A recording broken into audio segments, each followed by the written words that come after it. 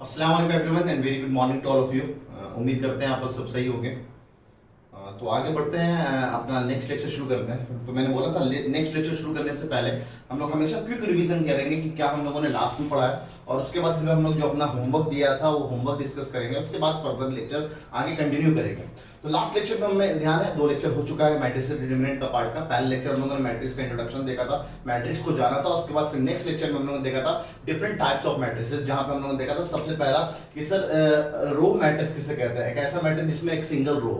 फिर हमने देखा था कॉलम मैट्रिक्स किसे कहते हैं, एक सिंगल कॉलम से मिलकर बना हो ना, एक सिर्फ सिंगल कॉलम, एक सिंगल रो है ना, तो उसको हम लोग रो मैट्रिक्स। एक सिंगल कॉलम से बना हो तो उसको हम लोग कॉलम मैट्रिक्स कहते हैं। उसके बाद फिर आया था हॉरिजॉन्टल मैट्रिक्स किसे कहते हैं, तो जो मैट्रिक्स आपको हॉरिजॉन्टल दिखे ना, इस समझ लीजिए हॉरिजॉन्टल दिखने के लिए सिंपल कंडीशन है कि नंबर ऑफ कॉलम्स ज्यादा होंगे नंबर ऑफ रोज से। अच्छा सर, फिर हम लोगों ने पढ़ा था वर्टिकल मैट्रिक्स किसे कहते हैं, तो एक ऐसा मैट्रिक्स जो वर्टिकल दिख रहा होगा आपको। वर्टिकल दिखने के लिए ऑब्वियस सी बात है, आपको ऐसा समझिए कि आपको जो रोज है रोज को ज्यादा होना पड़ेगा। इस तरह से थोड़ा सा आप अंदाजे से चीजों को याद रख सकते हैं। उसके बाद हम लोग देखा था नल या जीरो मैट्रिक्स ना, नल भी बोल सकते हैं या उसको जीरो मैट्रिक्स भी बोल सकते हैं, जिसको हम लोग ओ से दिखाते हैं इस तरह से, जहां पे सारे के सारे एलिमेंट अगर जीरो हो जाए तो उसको हम लोग नल या जीरो मैट्रिक्स बोलते थे। उसके बाद सबसे शानदार टाइप्स ऑफ मैट्रिक्स जो सबसे ज्यादा बार यूज होगा, जिसका नाम है स्क्वायर मैट्रिक्स, वो हम लोगों ने देखा था कि स्क्वायर मैट्रिक्स के बारे में, कि कैसा मैट्रिक्स जहां पे नंबर ऑफ रोज और नंबर ऑफ कॉलम दोनों बराबर हो जाए, एम और एन दोनों बराबर हो जाए, तो उसको हम लोग स्क्वायर मैट्रिक्स कहते थे। स्क्वायर मैट्रिक्स एक एग्जांपल ले लेते हैं ताकि समझ में आ जाए, जैसे ए बी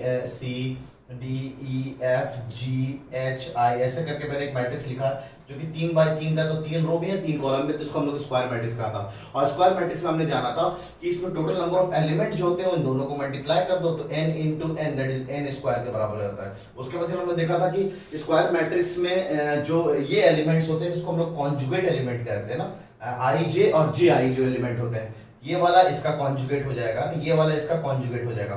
फिर उसके बाद बहुत शानदार बात हमने देखा था कि इसका जो डायगोनल होता है ना, डायगोनल, इसको हम लोग मेन डायगोनल या लीडिंग डायगोनल या प्रिंसिपल डायगोनल, 3 नाम है, या सिर्फ डायगोनल भी बोल दिया जाए तो समझ लेना कि इस डायगोनल के बारे में बात किया जा रहा है। और इसके अलावा जो भी एलिमेंट कहीं भी पड़े हुए डायगोनल के अलावा, इसको हम लोग ऑफ डायगोनल एलिमेंट्स कहते हैं। ऑफ डायगोनल में मौजूद नहीं, ऑफ डायगोनल या नॉन डायगोनल एलिमेंट्स भी बोल सकते हैं आप। तो ऑफ या नॉन डायगोनल एलिमेंट्स जो डायगोनल के अलावा पड़े हो ना। उसके बाद फिर हमने देखा था कि एक डायगोनल मैट्रिक्स, सॉरी एक स्क्वायर मैट्रिक्स का अपना एक ट्रेस वैल्यू होता है ना, सिर्फ स्क्वायर मैट्रिक्स के लिए एप्लीकेबल है। मान लीजिए इसको कैपिटल एस में मैट्रिक्स को रिप्रेजेंट किया है, तो इसका ट्रेस क्या होगा, अगर सारे डायगोनल एलिमेंट्स को हम जोड़ दें ना, क्योंकि डायगोनल एलिमेंट्स में एक बड़ी खास बात थी, डायगोनल एलिमेंट में आई और जे दोनों बराबर हो जाते हैं। जब दोनों बराबर हो जाते हैं तो a11 a22 a33 करके इस तरह से एलिमेंट्स बनते हैं एक स्क्वायर मैट्रिक्स के डायगोनल एलिमेंट्स। तो यहाँ पे आई और जे दोनों बराबर, तो आई और जे यानी सारे एलिमेंट को अगर हम जोड़ दें, i इक्वल्स टू 1 से लेकर ऑब्वियस बात n ऑर्डर का मैट्रिक्स है ना, square matrix generally order of n कर देते हैं, अगर 4 बाय 4 का है तो ऑर्डर 4 है ना। तो इन सबको जोड़ने के बाद जो बनता है उसको हम लोग ट्रेस करते हैं। उसके बाद सर्टेन प्रॉपर्टीज लिखा था, उस प्रॉपर्टीज में बहुत सारी प्रॉपर्टीज हमने प्रूफ नहीं किए थे, लेकिन कुछ तो प्रूफ कर लिए थे बाद में जाके, कि अगर ट्रेस हम निकालेंगे कोई भी आइडेंटिटी मैट्रिक्स का तो n के बराबर निकल के आएगा। ट्रेस अगर हम निकालेंगे कोई भी नल मैट्रिक्स का, क्योंकि सारे एलिमेंट जो भी होंगे अगर स्क्वायर हो तो नल मैट्रिक्स है ना, जीरो मैट्रिक्स, तो वो जीरो ही देगा आपको। और फिर हमने ये भी प्रूफ किया था बाद में जाके कि ट्रेस कोई भी 2 मैट्रिक्स को जोड़ के ट्रेस निकाले, घटा के ट्रेस निकाले, या ट्रेस दोनों को निकाल के जोड़े या घटाएं, दोनों तरफ से आंसर सेम आता है। और एक और भी हमने बात देखी थी, अगर किसी स्केलर से मल्टीप्लाई कर दे किसी मैट्रिक्स को, उसके बाद हम ट्रेस निकालें, या ट्रेस निकाल के उस स्केलर से मल्टीप्लाई करें, दोनों तरफ से वैल्यू सेम आता है। तो ये 4 प्रॉपर्टी हम लोगों ने प्रूफ कर लिया था। बाकी और भी जो भी है, जैसे जैसे हम लोग पढ़ते जाएंगे तब इसका प्रॉपर्टीज प्रूफ करते जाएंगे। उसके बाद एक छोटी सी बात हमने स्क्वायर मैट्रिक्स के लिए देखा था, डिटरमिनेंट है ना, डिटरमिनेंट, इसको तो पूरा चैप्टर के फॉर्म में हम लोग देखेंगे बहुत अच्छे से। फिर हमने बोला था कि किसी भी स्क्वायर मैट्रिक्स का एक डिटरमिनेंट वैल्यू होता है, जिसको हम लोग डिटरमिनेंट ऑफ इस तरह से रिप्रेजेंट करते हैं। जैसे कोई मैट्रिक्स मैंने लिखा है ना, अल्फा बीटा गामा डेल्टा, तो इसका अगर आपसे बोला जाए कि इसका डिटरमिनेंट बताइए, तो इस तरह से हम डंडा लगा देंगे। इसकी वैल्यू कैलकुलेट करना, वैल्यू कैलकुलेट करना हमने सिखाया था, अभी 2/2 के लिए सीख रहे, 3/3 का बाद में सीखेंगे बहुत अच्छे से। इन दोनों को मल्टीप्लाई कर दिया, अल्फा इंटू डेल्टा, और इन दोनों को मल्टीप्लाई कर दिया बीटा इंटू गामा, और इनको सॉल्व कर लिया कि हमारे डिटरमिनेंट वैल्यू होगा इस मैट्रिक्स का। स्क्वायर मैट्रिक्स के लिए सिर्फ डिटरमिनेंट वैल्यू होता है। अच्छा, फिर हम लोगों ने देखा था different types of square matrix, square matrix के भी सर्टेन टाइप देखे थे, तो यहीं पे देख लेते हैं। एक था सिंगलटन मैट्रिक्स, सिंगलटन जहां पे m और n दोनों बराबर होके 1 हो जाए, बस क्विक रिवीजन कर रहे हैं ना। उसके बाद फिर हम लोगों ने देखा था डायगोनल के हिसाब से मैट्रिक्स, एक डायगोनल मैट्रिक्स, जहां पे एक ऐसा स्क्वायर मैट्रिक्स जिसमें सिर्फ डायगोनल एलिमेंट्स मौजूद हो और जितने भी ऑफ डायगोनल एलिमेंट्स हैं सबके सब जीरो हो जाए, सबके सब जीरो हो जाए। अच्छा, अब इस डायगोनल में भी दो केस था सर। अगर डायगोनल एलिमेंट्स एक स्केलर बन जाए, जितने भी डायगोनल एलिमेंट हैं वो सब के सब मैट्रिक्स में, उस मैट्रिक्स में सारे के सारे सेम एलिमेंट हो जाए, कांस्टेंट नंबर के हो जाए, उसको हम लोग स्केलर मैट्रिक्स बोल देते हैं। और उसके बाद फिर एक आया था यूनिट या आइडेंटिटी मैट्रिक्स, है ना, यूनिट या आइडेंटिटी मैट्रिक्स, एक ऐसा मैट्रिक्स जहां पे के ना के भी 1 हो जाए। और हमने बहुत अच्छी बात जाना था कि इसको हम रिप्रेजेंट करते हैं आई एन के फॉर्म में। आई 3 अगर लिखा तो 3/3 का एक आइडेंटिटी मैट्रिक्स है, यानी सारे डायगोनल एलिमेंट 1 1 1 होंगे 3। ठीक है, इसलिए तो मैंने इसका स्ट्रेस को n बोला ना। अगर i3 लिखा तो 3 बार 1 1 1 ऐड होके 3 आ जाएगा। i5 अगर लिखा तो 5 बार 1 1 होके 5 हो जाएगा उसका ट्रेस। तो एक डायगोनल के हिसाब से क्लासिफिकेशन था, एक क्लासिफिकेशन ट्रायंगुलर के फॉर्म में था ना, ट्रायंगुलर मैट्रिक्स, है ना। स्क्वायर मैट्रिक्स के सब एग्जांपल थे। ट्रायंगुलर मैट्रिक्स भी दो तरह का था सर, अपर triangular matrix, lower triangular matrix. अपर ट्रायंगुलर मैट्रिक्स एक ऐसा ट्रायंगुलर मैट्रिक्स था जहां पे ए आई जे ना 0 के बराबर होगा जब जब आई जे के बड़ा होगा। जब जब एलिमेंट आई जो जे से बड़ा, जैसे एग्जांपल के तौर पे ये सारे एलिमेंट आई और यहाँ पे इन सब एलिमेंट्स के लिए आई ना जे से बड़ा होगा, तो ये सब एलिमेंट्स 0 होंगे, ये सब एलिमेंट्स 0 होंगे। और जहां पे आई जे से छोटा होगा वहां पे एलिमेंट्स 0 होंगे, तो उसको हम लोग लोअर ट्रायंगुलर मैट्रिक्स कहते हैं। जैसे यहाँ तो ये अपर बना, अगर ये एलिमेंट सारे के सारे 0 हो जाए तो इसको हम लोग लोअर ट्रायंगुलर मैट्रिक्स कहेंगे। और एक बहुत अच्छी बात बताया था कि डायगोनल मैट्रिक्स जो होता है वो lower triangular matrix as well as upper triangular matrix दोनों में कंसीडर किया जाता है। और एक बहुत अच्छी बात मैंने बोला था, क्या इसके सर डायगोनल एलिमेंट में जो एंट्रीज आ रही हैं वो क्या 0 हो सकता है? हाँ बिल्कुल, वो भी 0 हो सकता है, लेकिन सारे 0 नहीं होने चाहिए। सारे 0 हो जाएगा तो फिर वो नल मैट्रिक्स बन जाएगा। सेम गोज हियर, अपर और लोअर ट्रायंगुलर मैंने बात की थी क्योंकि इस पर भी सवाल आएगा टीपीपी के अंदर, तो इसलिए बता रहा हूँ अपर ट्रायंगुलर लोअर ट्रायंगुलर में एंट्रीज भी 0 हो सकती हैं, ठीक है, लेकिन सारे के सारे 0 नहीं होने चाहिए। ठीक है, और एक बहुत शानदार बात हमने देखा था कि क्यों भी डायगोनल मैट्रिक्स है उसको रिप्रेजेंट करने के लिए एक तरीका होता है डायग, है ना, डायग करके उसके सारे डायगोनल एलिमेंट्स को आप लिख दीजिए इस तरह से, ठीक है, तो एक डायगोनल मैट्रिक्स को रिप्रेजेंट करता है। ये बहुत खास बात है जो आपको पता होना चाहिए। उसके बाद फिर हम लोगों ने देखा था कि एक मैट्रिक्स का कंपेरेबल कब कहलाता है। मैट्रिक्स को हम कंपेरेबल, कॉन्फॉर्मेबल मैट्रिक्स भी बोल सकते हैं उसको, जब उनके ऑर्डर सेम हो ना, जब ऑर्डर सेम हो। उसके बाद फिर हमने देखा था कि सर इक्वल मैट्रिक्स किसे कहते हैं, तो ऐसा मैट्रिक्स जिसमें ऑर्डर सेम होना चाहिए और सारे के सारे एंट्रीज भी सेम होने चाहिए, तभी हम उसको इक्वल मैट्रिक्स कहेंगे। उसके बाद हमने एडिशन एंड सब्ट्रैक्शन देखा था मैट्रिसेस का, कि दो मैट्रिक्स को कब ऐड और सब्ट्रैक्ट कर सकते हैं। तो उसके लिए कंडीशन था पहला कि वो उनके ऑर्डर सेम होने चाहिए, ऐसा बोल सकते हो, दोनों कंपैरेबल मैट्रिक्स होना चाहिए। और साथ ही साथ अगर एडिशन और सब्ट्रैक्शन करेंगे तो करेंगे कैसे, उसके करस्पॉन्डिंग एलिमेंट को जोड़ देंगे, जो जो जिस पोजीशन पे आ रहा है वो जाके उस पोजीशन पे जाके ऐड हो जाएगा। सब्ट्रैक्ट करना तो जाके वो सब्ट्रैक्ट हो जाएगा। उसके बाद हमने 4 या 5 प्रॉपर्टीज देखी थी एडिशन और सब्ट्रैक्शन से रिलेटेड। कॉम्पिटिटिव होता है, एसोसिएटिव होता है, इसका एडिटिव आइडेंटिटी करके एक एलिमेंट होता है ना, कि ए मैट्रिक्स में हम ऐसा क्या जोड़े कि वो ए ही रहे, तो सिंपल एक नल मैट्रिक्स जोड़ दो। सिमिलरली एडिटिव इनवर्स होता है, additive inverse, additive identity, additive inverse. कहते हैं ए में ऐसा क्या जोड़े कि सर वो नल मैट्रिक्स हो जाए, तो ऑब्वियसली बात है माइनस ए जोड़ दो, सारे के सारे एलिमेंट कैंसिल होके सब नल हो जाएगा। ठीक है, फिर हम लोगों ने देखा था कि एक मैट्रिक्स को एक स्केलर से मल्टीप्लाई करेंगे, किसी कांस्टेंट नंबर के से मल्टीप्लाई करेंगे तो क्या रिजल्ट होगा। तो इसके लिए हमने बताया था आपको कि अगर किसी भी स्केलर नंबर से आप मल्टीप्लाई करते हैं कि सारे के सारे एलिमेंट उस के नंबर से मल्टीप्लाई होते हैं, सब के सब। डिटर्मिनेंट में ऐसा नहीं होता है। सेम मैंने आपको बताया था कि डिटर्मिनेंट में एडिशन मैट्रिसेस की तरह नहीं होता, वहां पे चेंजेस हो जाते हैं। ठीक है, तो जब स्केलर से मल्टीप्लाई करते हैं तो सारे एलिमेंट को मल्टीप्लाई कर लेते हैं, उसके बाद सर्टेन प्रॉपर्टीज आई थी वो आप बड़े अच्छे से वेरीफाई कर सकते हैं। तो लास्ट टाइम हम लोगों ने इतना कुछ देखा था, तो अब हम लोग शुरू करते हैं अपना डीपीपी नंबर 1। डीपीपी नंबर 1 उम्मीद है आप लोग कर चुके होंगे। डीपीपी नंबर 1 में करने से पहले देखिए, आप डीपीपी पहला कर रहे हैं तो थोड़ा सा मैं आपको अंदाजा दे दूं कि आपको डीपीपी को कैसे सॉल्व करना है। डीपीपी को सॉल्व करने से पहले आप एनसीईआरटी का अगर कोई होमवर्क दिया गया हो, है ना, तो वो पहले निपटाएंगे ताकि आप एनसीईआरटी में बेसिक लेवल के जो सवाल हो वो आप कर पाए। एनसीईआरटी करने से पहले होता है कि आप अपना नोट्स रिवाइज करें। First and very most important thing is to revise your notes. आप अपने नोट्स को बहुत अच्छे से रिवाइज करेंगे। मैं आपको बताया कि हम लोगों ने नोट्स में बहुत सारे टीचर सिखाने की कोशिश करते हैं। जैसे मैंने क्लास 1 पे 4 सवाल कराए थे, तो 4 सवाल से मिलते जुलते बहुत सारे सवाल आपको डीपीपी में मिल जाएंगे। आपके नोट्स से मिलते जुलते टाइप्स ऑफ मैट्रिसेस से मिलते जुलते आपको डीपीपी में सवाल मिल जाएंगे। तो अगर आपने नोट्स रिवाइज कर लिया होगा तो ऑलमोस्ट मेरे ख्याल से अगर 20 सवाल है तो 20 में 10 सवाल तो आप ऐसे चुटकियों बना चुके हो। जो कि आपको चेक करने के डीपीपी करने के वक्त आप अपने नोट्स को मत चेक करें कि हाँ ये चीज नोट्स में है या नहीं। आप एक बार नोट्स पढ़ लिए, सारे सवाल को रिवाइज कर लिए, उसके बाद बैठ के पहले एनसीईआरटी करें। आप एनसीईआरटी की एक्सरसाइज कंप्लीट हो गया, उसके बाद अब आप डीपीपी अपने आप को रोजाना के टेस्ट की तरह माने कि आज मैं एक टेस्ट देने जा रहा हूँ, 20 सवाल है, 30 मिनट में करने की कोशिश करेंगे। 20 सवाल 30 मिनट, ध्यान रखेंगे आप। 20 सवाल है 30 मिनट, 25 सवाल है 35-40 मिनट, इस तरह से अपना टारगेट लेके चलो आप। 30 सवाल अगर होगा तो 1 घंटे के अंदर करने की कोशिश करो आप, क्योंकि आपके अब तो आईआईटी मेंस में 25 सवाल हो गए, पहले 30 सवाल आता था, तो बच्चों को मैं बोलता था 30 सवाल के हिसाब से आप 1 घंटे में उसको करने की कोशिश करें। तो बहरहाल रोजाना के हैबिट के हिसाब से आप ये मान लो कि 20 सवाल आपको रोजाना 30 मिनट में करना, क्योंकि आप एक सिंगल टॉपिक कितना पढ़ा हम लोगों ने, हार्डली 1 घंटा भी नहीं, 30-40 मिनट का ये लेक्चर था आपका ना, ये सिर्फ थ्योरेटिकल पार्ट। तो ये आपने जो पढ़ा उसको रिवीजन के तौर पे रोजाना टेस्ट देना। आप ये समझ लें आप रोजाना डीपीपी के फॉर्म में एक टेस्ट सॉल्व कर रहे हैं।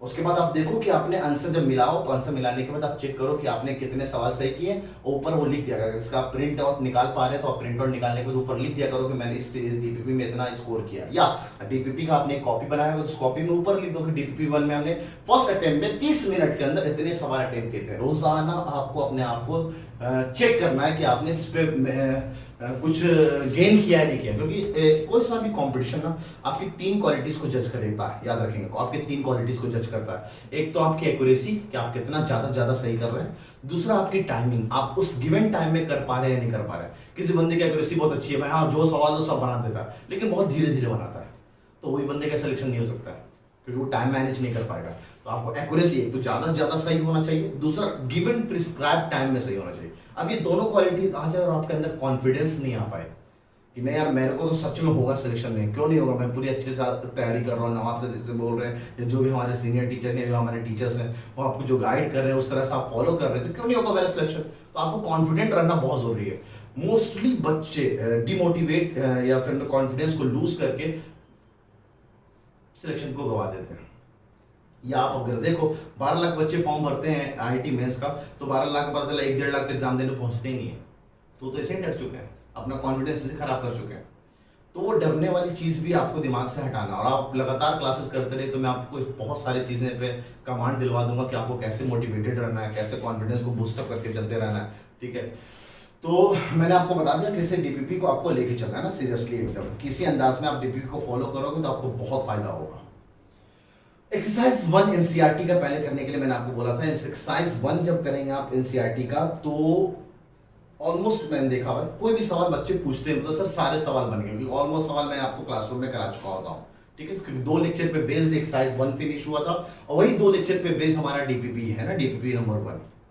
तो एक्सरसाइज 3.1 से कोई बच्चे पूछते नहीं, फिर भी अगर आपको लगता है कोई भी सवाल में डाउट है तो आप मेरे को पर्सनल मैसेज करके पूछ सकते हो। लेकिन एक आजकल का दौर तो पूरा ऑनलाइन आ गया है, आप ना एनसीईआरटी के बुक्स के सारे सॉल्यूशन आपको मार्केट में मिल जाते हैं ना ऑनलाइन। आप पहले एक बार सर्च करो ये क्वेश्चन, या फिर आप पूरा एक्सरसाइज सर्च करो तो डायरेक्ट आपको ऑनलाइन मिल जाएगा कि इस सवाल का सॉल्यूशन क्या है।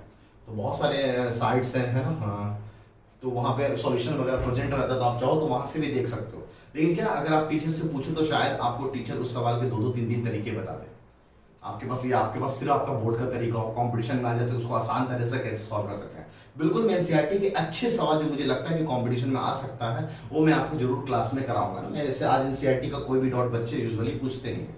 हाँ, डीपीपी में जो मेरे हिसाब से यूजुअली अभी तक जितने सालों से पढ़ा रहा हूँ, डीपीपी में 6 सवाल तो नहीं, 3 या 4 ही सवाल बच्चे पूछते हैं। 2-3 सवाल मैंने ऐड किया है कि जिससे मैं आपको नए कॉन्सेप्ट सिखा सकूं। जैसे यहाँ पे जो मैं एन लिखा हूँ, यानी ये यहाँ पे कुछ ऐसा चीज हम लोग सीखेंगे जो आपके नोट्स में जाकर आपको ऐड करना है, यानी कुछ चीजें नया जानेंगे हम लोग जिसको स्किप किया गया, मतलब आप अपने उस चीज को ड्राइव कर सकते हैं, लेकिन हम लोग यहाँ पे जब सीख जाएंगे तो उसको वहां पे जाके नोट्स में लिख लेने का है। और जो स्टार मार्क का सवाल है, यानी वो सच में शानदार सवाल है, यानी पूरे डीपीपी में एक सवाल क्वेश्चन नंबर 10 है जो आपका बड़ा शानदार है। तो शुरू करते हैं क्वेश्चन नंबर सबसे पहले 3rd के साथ। 3rd नंबर सवाल क्या कहता है, the number of different possible orders of matrices having 12 identical elements is. तो इसमें दिया हुआ है 12 आइडेंटिकल एलिमेंट्स हैं, सेम एलिमेंट्स 12 एलिमेंट्स से टोटल आप कितने डिफरेंट पॉसिबल ऑर्डर्स के मैट्रिसेस बना सकते हैं। तो मैंने आपको लास्ट में बताया था 12 का प्राइम फैक्टराइज किए, 2 आया, फिर 2 से काटा, 3, तो ये आ गया 12 को हम लिख सकते हैं 2 के पावर 2 इंटू 3 के पावर 1। देखिए बोर्ड्स में आएगा तो आपको 12 के सारे फैक्टर्स दिखाने पड़ेंगे, उसके बाद जितने पॉसिबल फैक्टर्स होंगे आपको वहां पे लिख के दिखाना पड़ेगा कि देखिए this by this, this by this, this by this, इतने इतने ऑर्डर्स के हम लोग बना सकते हैं। कॉम्पिटिशन के मैंने आपको आसान तरीका बताया था, 2 के पावर 2 है तो यहाँ पे आ गया p की वैल्यू 2 + 1 p + 1 और q की वैल्यू 1 + 1, तो ये आ गया 3 और ये आया 2, टोटल 6 डिफरेंट पॉसिबल ऑर्डर्स के मैट्रिक्स बनाए जा सकते हैं। सच में अगर आपको ध्यान हो 12 × 1 1 × 12, 2 × 6 6 × 2, 3 × 4 4 × 3, और इसके अलावा मेरे ख्याल से कोई और ऑर्डर का पॉसिबल मैट्रिक्स तो आप बना ही नहीं सकते हैं, तो टोटल 6 ही बन सकते हैं। आइडेंटिकल एलिमेंट्स कहने के मतलब सब सारे के सारे एलिमेंट ए करके दे रखे हैं, तो कोई नहीं, तो वो सारे एलिमेंट्स सेम है ये कहना चाह रहा है, तो उससे आप घबराएंगे नहीं। 12 के 12 सेम एलिमेंट्स पड़े हुए हैं, तो टोटल कितने पॉसिबल मैट्रिक्स बनाए जा सकते हैं। फिर आते क्वेश्चन नंबर 5 की तरफ। क्वेश्चन नंबर 5 को करने से पहले मैं कहूंगा कि पहले क्वेश्चन नंबर 6 करते हैं ना, क्वेश्चन नंबर 6, क्योंकि क्वेश्चन नंबर 6 और 5 में जो चीजें हैं उसको सीखना है। मैं ना क्या कहता है, the minimum number of zeros in a diagonal matrix of order 6, order जो दे रखा है वो 6 दे रखा है। देखिए डायगोनल मैट्रिक्स जो भी होता है वो सब स्क्वायर मैट्रिक्स होता है, सब बातें आपको पता है, इसीलिए सिर्फ ऑर्डर बोला है 6, ऑर्डर 6 यानी 6/6 का एक मैट्रिक्स है ना। तो इसको समझने से पहले हम कॉन्सेप्ट को सीखते हैं, कॉन्सेप्ट को सीखते हैं ताकि आप इस बात को जाके जहां पे ऑर्डर डायगोनल मैट्रिक्स नहीं, पहले हम कौन सा कर रहे हैं क्वेश्चन नंबर 6, हाँ डायगोनल मैट्रिक्स के अंदर इस वाली बात को आपको लिख लेना। आपको अगर डायगोनल मैट्रिक्स में जगह नहीं बचा हो तो आप उसको एरो करके ऊपर जाके लिख लेंगे, आप कहीं नहीं करेंगे करके आप इस बात को जरूर लिखेंगे। आप साइड में कह रहा है कि minimum number of zeros, minimum number of zeros in a diagonal matrix of order n is n square minus n। ये नोट करके लिखेंगे ज्यादा अच्छा रहेगा। Minimum number of zeros in a diagonal matrix of order n is n square minus n, यानी अगर इस बात को हमें पता होता तो इसका एक लाइन का आंसर है कि 6 का ऑर्डर है तो 6 का स्क्वायर 36 माइनस 6 30, यानी मिनिमम नंबर ऑफ जीरोस उसके डायगोनल मैट्रिक्स में जो होंगे उस 6/6 के वो 30 होंगे, तो इसका आंसर हो जाएगा 30, यानी डी, 6 का आंसर डी हो जाएगा। पर ये आया कैसे, इसको सीखना है आपको। कहता है कम से कम कितने जीरोस की जरूरत, मिनिमम, क्योंकि मिनिमम वाली बात इसलिए भी आई, देखते हैं क्यों आई।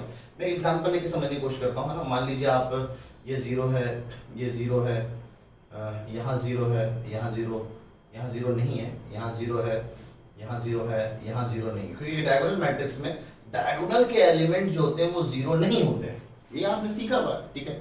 बाकी जितने भी एलिमेंट होंगे वो सब के सब 0 होंगे।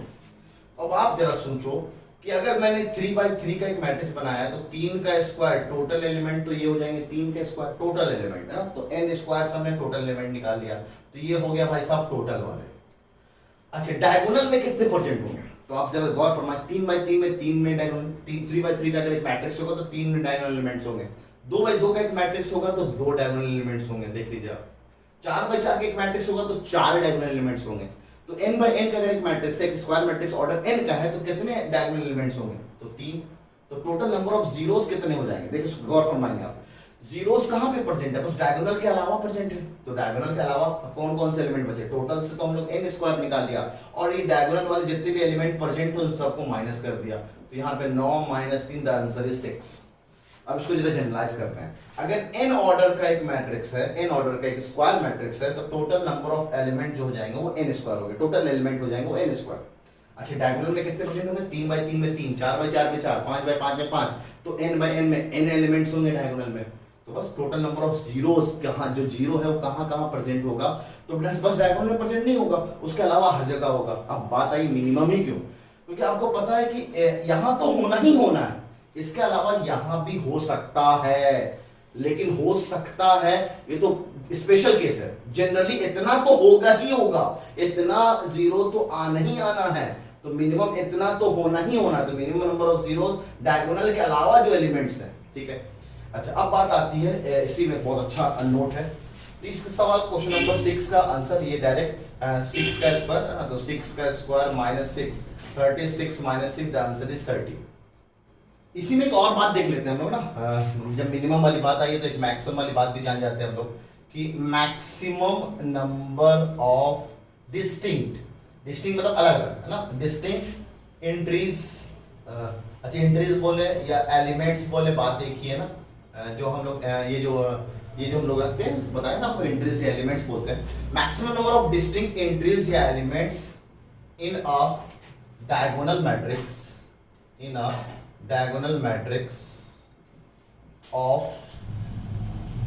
ऑर्डर n इज, अगर एक डायगोनल मैट्रिक्स है जिसका ऑर्डर n है, उसमें डिस्टिंक्ट एंट्रीज, अलग अलग कितने एंट्रीज की जरूरत पड़ेगी। जैसे एक 3x3 का एक मैट्रिक्स है, इसमें कितने अलग अलग एंट्रीज, मतलब अलग अलग, आप जितना मैक्सिमम से मैक्सिमम अलग अलग भर सकते हो भाई। ये अलग हो जाए, ये अलग हो जाए, ये अलग हो जाए, 3 तो अलग हो ही गया।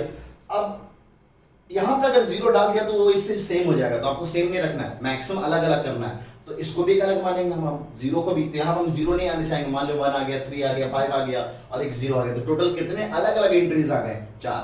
तो मैक्सिमम कितना है, एक तो सारे के सारे डायगोनल वालों को अलग होना पड़ेगा, तो डायगोनल में कितने पड़े हुए हैं n, और एक ये 0 जो है उसको तो लेना ही लेना है आपको, तो उसके लिए प्लस का 1। अब यहाँ पे 0 नहीं हो सकता, याद रखेंगे आप, इसके अलावा कोई भी नंबर रख सकते हो आप, 20 10 20 50 35 40 50 निगेटिव भी जा सकते हो। तो टोटल जो number of maximum number of distinct entries या एलिमेंट्स जो आपको जरूरत पड़ेगा, दैट विल बी n+1। ठीक है, तो जैसा अगर 6x6 में पूछता मैक्सिमम टोटल कितने डिफरेंट डिफरेंट एलिमेंट्स यहाँ पे रखे जा सकते हैं, तो 6 + 1 7, टोटल 7 डिफरेंट एंट्रीज आप एक 6x6 के डायगोनल मैट्रिक्स में रख सकते हो। तो इस वाली बात को आप उतार लीजिएगा, याद करेंगे कहाँ पे, डीपीपी में अगर उतारना है, डीपीपी का नोट्स अगर आप बना रहे हैं तो डीपीपी में उतारना, तो वहीं उतार लीजिए आप। फिर ये n लिखा हुआ मतलब आपको नोट्स में जाके इस बात को उतारनी चाहिए। अच्छा, अब लगे आप जरा क्वेश्चन नंबर 5 भी देख लेते हैं ना। क्वेश्चन नंबर 5,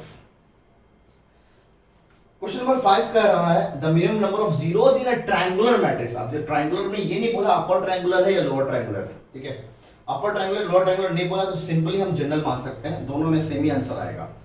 तो क्वेश्चन नंबर 5 के बारे में बात करते हैं। क्या बोल रहा है आपसे, मिनिमम नंबर है ना, मिनिमम नंबर ऑफ जीरो, जैसे अभी मैंने डायगोनल मैट्रिक्स के लिए पढ़ा, और same minimum number of zeros in a triangular matrix है ना, triangular matrix, triangular matrix of order n।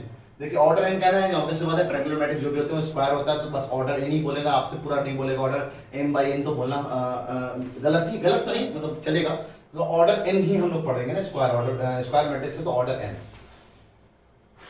Is.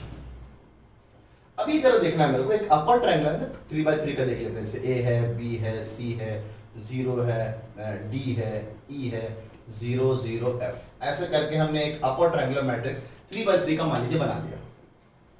तो एक 3x3 का हमने जब अपर ट्रायंगुलर मैट्रिक्स बनाया है, तो उसमें कितने जीरोस को हमने यूज किया, तो जरा गौर फरमाएंगे।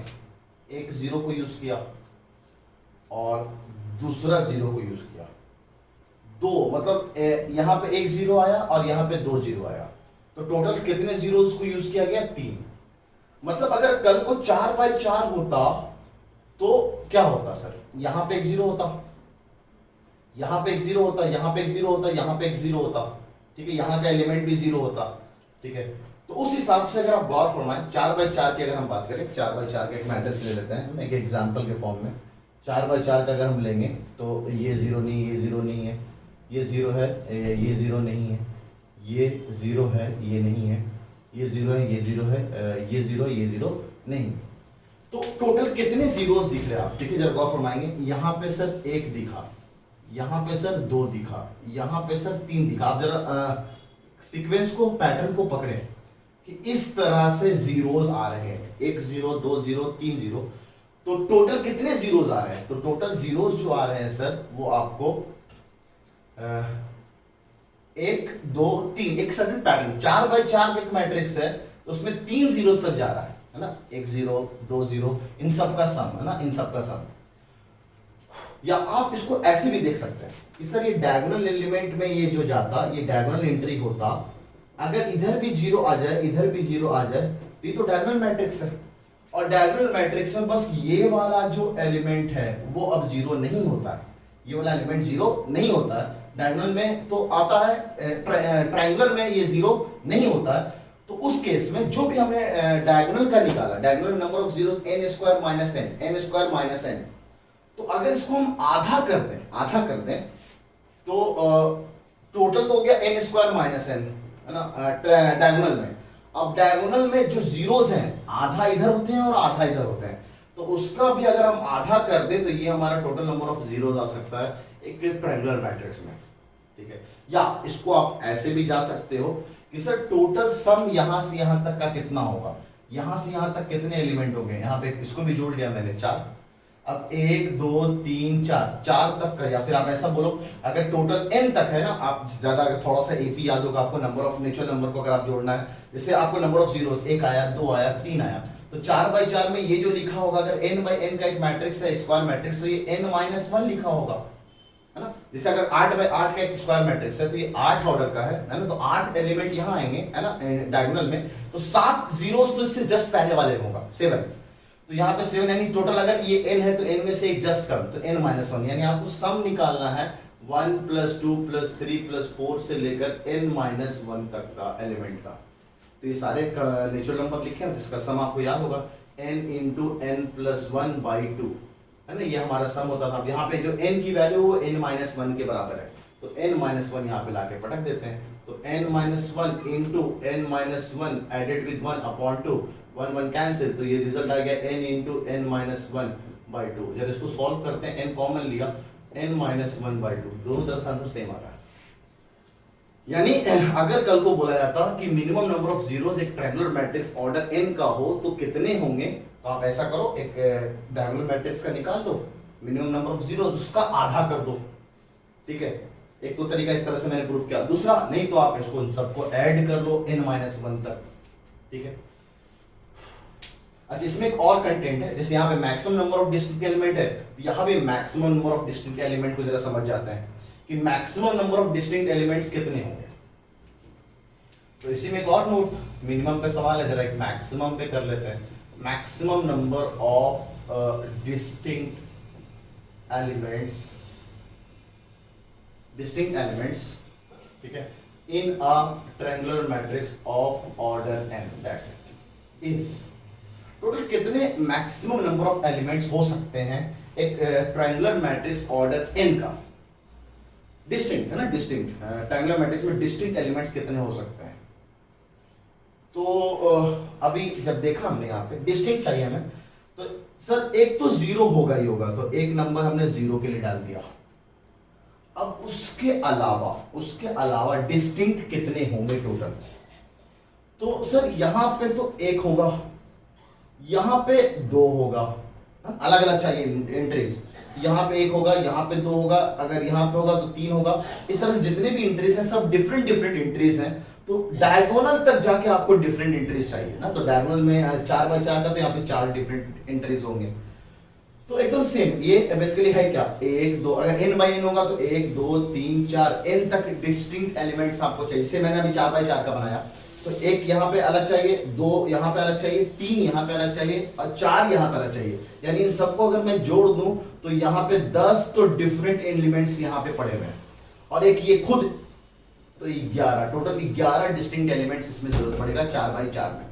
लेकिन अब बात आती है कि सर n/n में टोटल डिस्टिंक्ट एलिमेंट्स कितने होंगे, तो ये जो 4/4 में 4 तक गया सम, तो n/n में सम कहां तक जाएगा, तो 1 + 2 + 3 से लेकर n तक का सम। अब इसका सम का फॉर्मूला अभी थोड़ी देर पहले हमने देखा था, इनफैक्ट आपको 10th में एपी के अंदर जानते होंगे आप कि ये n × n + 1, 10th क्या 11th में आप पूरे अच्छे से एपी पढ़ के आए हो यार, है ना, n × n + 1/2 प्लस का 1। तो इस तरह से the result for this is n, इसको ऐसे करके लिख लो, किसी किताबों में आपको ऐसे लिख जाएगा ना, सिंगेज में भी आपको ऐसे दिख जाएगा ना। अच्छी किताब मैं अगर रिकमेंड करता हूँ तो एक सिंगेज किताब रिकमेंड करता हूँ, अच्छी किताब है वो, है ना, पढ़ने के लिए। n² + n/2 और प्लस का 1, ठीक है। तो इस तरह से इसको आप अब जरा क्वेश्चन नंबर जरा 5 को देख लेते हैं ना, कि 5 the minimum number of zeros in a triangular matrix. एक ट्रायंगुलर मैट्रिक्स है, ऑर्डर कितना दे रखा है, ऑर्डर जो दे रखा है triangular matrix, minimum of the zeros 4। तो बढ़िया, यहीं से हम लोग आंसर निकाल सकते हैं। 4 के लिए तो हम लोग डिराइव किए हुए थे, minimum number of zeros 1 2 3 4 5 6, total 6 हो जाएगा, तो आंसर इज 6। आंसर बी हो जाएगा, आंसर जो हो जाएगा 6 यानी सी हो जाएगा आंसर। और अगर फॉर्मूले से कैलकुलेट करना चाहें तो n की जगह पर हम लोग 4 पटकेंगे, तो 4 का स्क्वायर -4/2, 16 - 4/2 तो 16 minus 40 12, 12 upon 2, the result is 6। देखिए अभी 4/4 का तो बड़ा आराम से आप बना के भी कैलकुलेट कर सकते हैं, लेकिन कल को अगर मान लीजिए 16/16 का हो तो बैठ के आप 16/16 का मैट्रिक्स थोड़ी बना रहे होंगे, ठीक है। इसलिए आपको कंसेप्ट पता होना जरूरी है। तो ये 4 नोट है जो आप अपने नोटबुक में जाके उतार लीजिए, ये वाली बात है ना। Maximum number of distinct elements in a triangular matrix of order n will be n square plus n by 2 plus का 1। तो वीडियो को पॉज करके आपको जो भी यहाँ पे उतारना है आप उतार लीजिए, ठीक है। अब आगे बढ़ते हैं क्वेश्चन नंबर 10 की तरफ, है ना। क्वेश्चन नंबर 10 सबसे अच्छा सवाल है, क्वेश्चन नंबर 10 यहाँ पे, इसलिए मैंने वहां पे स्टार मार्क कर रखा है। आप भी अगर डीपीपी का प्रिंट आउट ले रहे हैं तो उसको स्टार मार्क कर लिया करें ना। क्वेश्चन नंबर 10 में आते हैं। क्वेश्चन नंबर 10 अच्छा इसलिए क्योंकि थोड़ी बेसिक नॉलेज की आपकी जरूरत पड़ेगी इसमें ना। बेसिक वैसे सवाल में ऐसा कुछ है नहीं, फिर भी थोड़ा बेसिक नॉलेज की आपको जरूरत पड़ेगी। कह रहा है कि एक मैट्रिक्स है ए, है ना। क्वेश्चन नंबर 10 में हम लोग एक मैट्रिक्स है PQRS, उसका डिटर्मिनेंट वैल्यू है ना DETA, डिटर्मिनेंट ऑफ ए है ना, डिटर्मिनेंट ऑफ ए है ना, डिटर्मिनेंट निकाला जा रहा है उसका। Determinant of A is equals to R, वो आर के बराबर है। और कह रहा है PQR सारे के सारे प्राइम नंबर, बहुत शानदार। PQR belongs to prime number, ऐसा दे रखा है। चलिए सर बहुत अच्छा। And the trace of A is equal to, आप ये बताइए कि ट्रेस ए कितने का। तो बहुत शानदार सवाल, देखिए बहुत सारी चीजें यहाँ पे आपसे पूछी गई है ना जिसकी जरूरत पड़ने वाली है। तो मेरे ख्याल से यहाँ पे पी एस नहीं है, पी ही है ना। और यहाँ पे क्यू ही है ना, थोड़ा उतारने में टाइप है ना आप बिल्कुल, पी पी क्यू क्यू।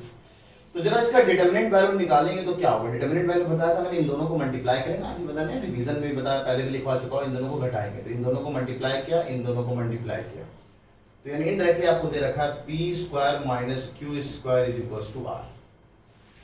अच्छा, A square minus B square यानी A plus B into A minus B is equal to R. अब जरा गौर फरमाए, बहुत शानदार बेसिक नॉलेज। एक प्राइम नंबर किसे कहते हैं। एक प्राइम नंबर वो होता है ना, वो नेचुरल नंबर जिसका exactly two factor, two distinct factor हो, है ना, दो अलग अलग फैक्टर हो। अगर आर प्राइम नंबर है तो ये दो नंबरों का प्रोडक्ट से मिलकर बना है, एक तो इस नंबर से और दूसरा इस नंबर से। अभी दो नंबरों का प्रोडक्ट से अगर ये मिलके बना है तो एक को तो 1 होना पड़ेगा, सही है, और दूसरे को प्राइम नंबर यानी खुद वो r होना पड़ेगा, है ना। p प्लस क्यू को यानी r होना, याद होगा आपको, दो नंबरों का प्रोडक्ट, दो प्राइम नंबरों का प्रोडक्ट वो खुद, जैसे 5 इज अ प्राइम नंबर तो 5 सिर्फ 5 इंटू 1 से आ सकता है, ठीक है।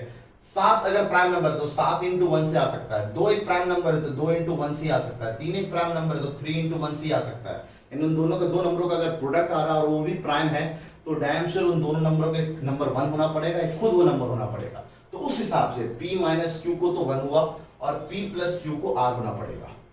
तो देयरफॉर एक बात हम बोल सकते हैं p plus Q is equal to r। p भी प्राइम नंबर दिया है आपने, q भी प्राइम नंबर दिया है और r भी प्राइम नंबर दिया हुआ है, ठीक है। p माइनस क्यू तो 1 के बराबर है। एक और बात भी सामने है कि सर p माइनस क्यू जो है वो 1 के बराबर है।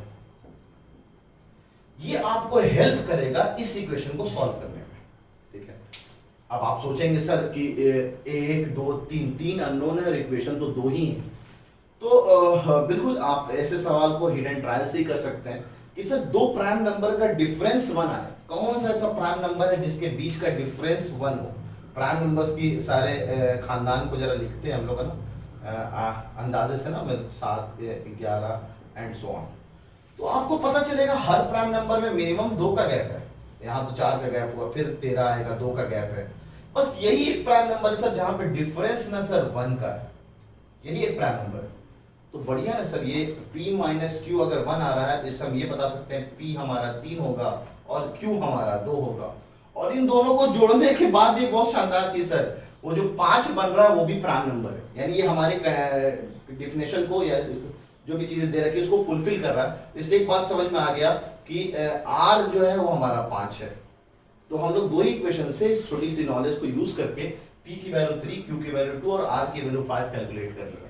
नाउ अब आपसे बोला गया था कि ट्रेस ऑफ a क्या होगा। तो ट्रेस ऑफ a जो होता है वो डायगोनल एलिमेंट को जोड़ने से निकलता है। तो इन डायगोनल एलिमेंट को हमने जोड़ लिया p प्लस p, तो p plus p is 2 times p और p की वैल्यू निकाला हमने 3, तो 2 टाइम्स 3 द रिजल्ट इज 6।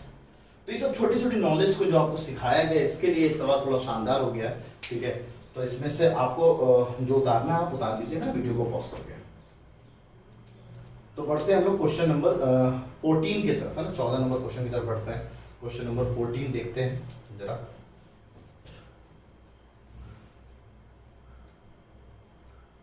अच्छा, क्वेश्चन नंबर 14 उम्मीद है आपसे बन गया होगा, लेकिन मैंने क्वेश्चन नंबर 14 आपको एक बात सिखाने के लिए दिया है, क्योंकि 2017 या 18 में एमयू में एक सवाल आया था जहां पे ये चालाकी की गई थी। यहाँ तो बहरहाल चालाकी किया नहीं गया, लेकिन एक बात सिखानी है आपको।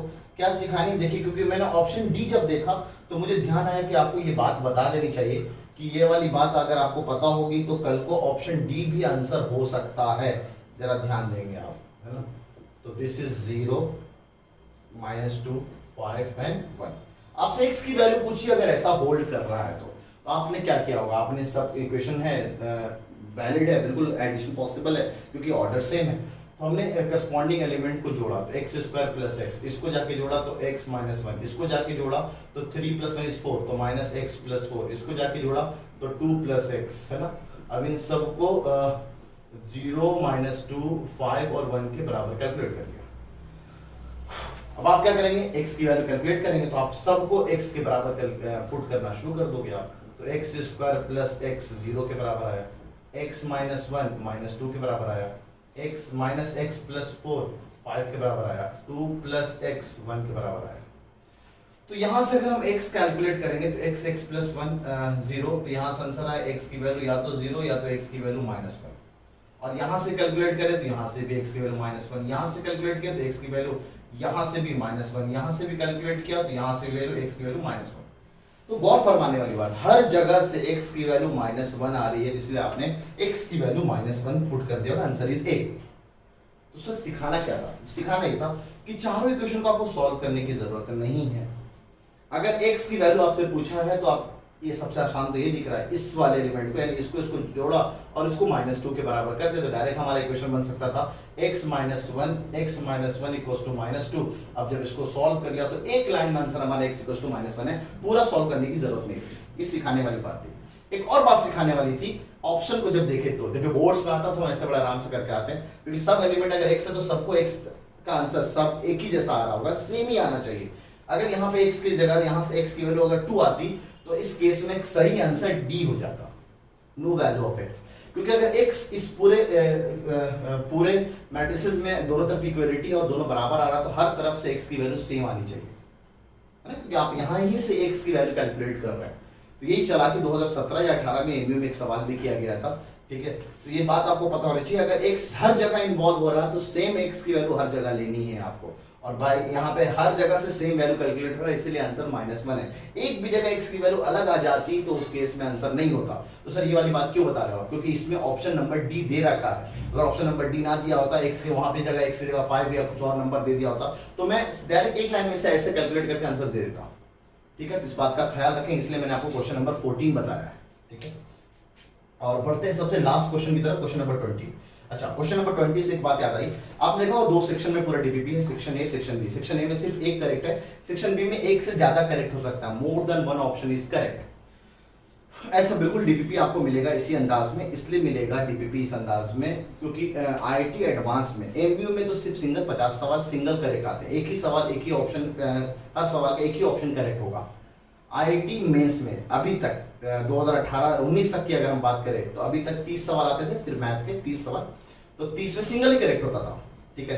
लेकिन अभी पैटर्न चेंज हुआ है, 20 सवाल तो आपका सिंगल करेक्ट आएगा, 5 इंटीजर टाइप करके आएगा। तो उस तरह के भी सवाल कैसे होते हैं, ये इंटीजर टाइप करके सवाल, ये मैं आपको दिखाऊंगा कि आया कैसे है आईआईटी मेंस में सवाल, ठीक है। तो इस सब में आपको डीपीपी आपके टेस्ट पेपर में आपको दूंगा, इसी अंदाज में मैं आपको पेपर दूंगा। तो डीपीपी में हर सवाल आपको उस अंदाज का पैसेज टाइप करके सवाल होता है, वो मैच द कॉलम करके सवाल होते हैं। तो आपको हर तरह के सवाल जो आईटी एडवांस में आते हैं या आपके डिफाइंड आईटी एडवांस में ऐसा आता है आपका एमसीक्यू, एक से ज्यादा करेक्ट होने वाला पार्ट है ना। तो आईटी एडवांस के लिए भी आप तैयारी कर रहे हैं तो आपको इस तरह से भी तैयार होना है। अब इसमें क्वेश्चन नंबर 18 और 19 तो बहुत आसान है, इनफैक्ट 20 भी आसान, लेकिन 20 का ए ऑप्शन बच्चे अक्सर बोलते हैं सर ये क्या लिखा हुआ है, 20 का ए ऑप्शन करेक्ट कैसे है। अब ये कुछ बातें ना ऑब्वियस बात में बोल रहा आपको डीपीपी से सीखना है, तो ये तो थ्योरेटिकल पार्ट था, चाहे वहां पे स्किप रह गया हो, तो अभी आप जाके ऐड कर लेंगे ये वाली बात कि matrices consisting of only one column और रो, सिंगल कॉलम या सिंगल रो को हम वेक्टर्स भी कह देते हैं, है ना। जैसे सिंगल कॉलम है तो उसको कॉलम वेक्टर बोल देते हैं, जैसे कॉलम मैट्रिक्स आपने पढ़ा, उसी का दूसरा नाम कॉलम वेक्टर भी है। सिमिलरली अगर सिंगल रो से मिलकर बना हुआ है तो उसको हम लोग रो मैट्रिक्स बोल देते थे, रो वेक्टर भी बोल सकते हैं। तो सिंगल रो या सिंगल कॉलम से मिलकर बना, या तो सिंगल एक ही रो या तो एक ही कॉलम, तो उसको हम रो वेक्टर या कॉलम वेक्टर भी बोल सकते हैं। तो वहां पे जाके ऐड कर लीजिए, कॉलम मैट्रिक्स का दूसरा नाम कॉलम वेक्टर भी है और रो मैट्रिक्स का दूसरा नाम रो वेक्टर भी, नाम है बस, है ना, ऐसा नाम कुछ ऐसा नहीं, कुछ लिंक इसका वेक्टर से है बेसिकली, फिलहाल बस नाम है, आप नाम याद रखेंगे। इसको ऐसे भी कहा जा सकता है, एनसीईआरटी में नहीं, दूर दूर भी आपको टेलीस्कोप से भी लगाओ, माइक्रोस्कोप से भी देखो तो नहीं दिखेगा आपको, फिर भी आपको पता होना चाहिए ना। तो इस तरह से हम लोगों ने बाकी सारे चीजें आपको नोट्स में दिखाया जा चुका है ना, एमसीक्यूज का पार्ट, और उम्मीद करते हैं एनसीईआरटी तो इस तरह से मैं डीपीपी में आपको लिख दिया करूंगा कि कौन सा एनसीईआरटी का एक्सरसाइज आप लोग सॉल्व कर सकते हैं। एनसीईआरटी जरूर करते रहें, लास्ट के लिए एनसीईआरटी ना छोड़ें। बहुत सारे इंटरनल बच्चों को मैंने देखा है, अरे और लास्ट में कर लेंगे, अभी तो सिर्फ कॉम्पिटिटिव करते जाते हैं, बोला बिल्कुल गलत है। लास्ट में जाके आप बहुत कंसर्न हो जाते हो, क्लासेस भी अपना छोड़ना शुरू कर देते हो, कोचिंग वाले भी, कि यार सर एनसीईआरटी करना बाकी रह गया, एनसीईआरटी से सवाल आएंगे, तो पता है आपको एनसीईआरटी से सवाल आएंगे, तो साथ साथ करते जाओ ना एनसीईआरटी यार, ठीक है। इसलिए एनसीईआरटी को साथ साथ लेके चलेंगे हम लोग, डिस्कशन भी करेंगे हम लोग। तो यहाँ तक जो कुछ भी आपको उतारना है आप उतार लीजिए ना, फिर हम लोग लेक्चर आज का शुरू करते हैं।